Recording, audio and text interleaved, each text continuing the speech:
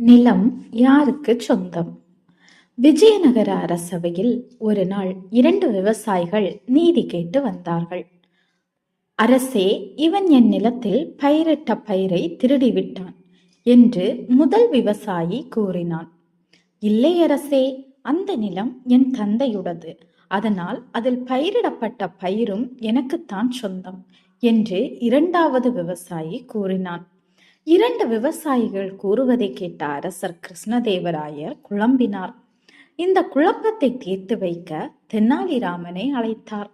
தெனாலிராமன் இருவரையும் கவனமாக பார்த்துவிட்டு, நாளை காலை அந்த நிலத்திலிருந்து சிறிது மண் கொண்டு வரச் சொல்லுங்கள் என்றார்.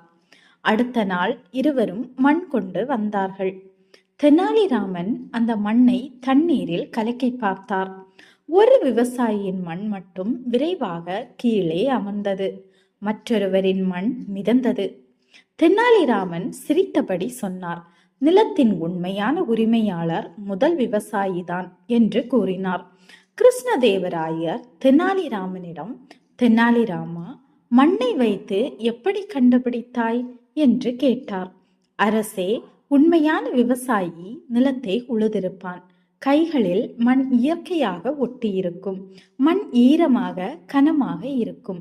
பொய் சொல்பவன் வேறு இடத்திலிருந்து மண் எடுத்து வருவான். மண் லேசாக இருக்கும்.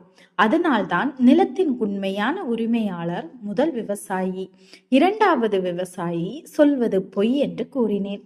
இதை கேட்ட அரசர் மகிழ்ந்து குற்றவாளிக்கு தண்டனை வழங்கினார். ஓகே ஃப்ரெண்ட்ஸ், இந்த கதை உங்களுக்கு பிடிச்சிருக்குன்னு நம்புறேன். பிடிச்சிருந்தா நம்ம சேனலை சப்ஸ்கிரைப் பண்ணுங்க, வீடியோவை லைக் பண்ணுங்க. தேங்க்யூ.